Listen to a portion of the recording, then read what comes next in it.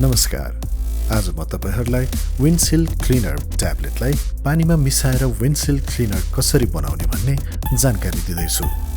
प्याकेटमा 4 litre पानीमा यसलाई मिसाउनु भने पनि मैले अहिले 1 लिटर पानीको बोतलमा यसलाई मिसाएर हेर्दैछु। ट्याब्लेट हाल्ने बित्तिकै यो पानीमा घुल्न सुरु हुन्छ।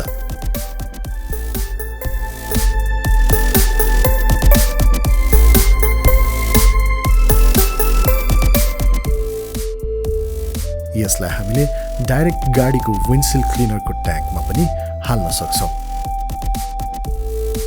अब केही समयपछि यो पानीमा मिसिएर हल्का नीलो रङको हुँदै जान्छ।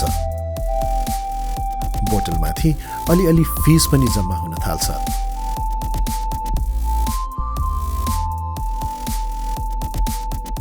यो पुरै घुलिएपछि गाढा नीलो रङको सल्युसन तयार हुन्छ।